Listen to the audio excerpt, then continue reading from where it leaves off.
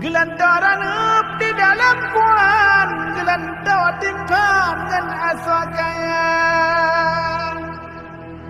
Mulia wari mameh di rumah dengan agam Bandung Syadarang. Begata papah bercerita padan tak jaga rakyat.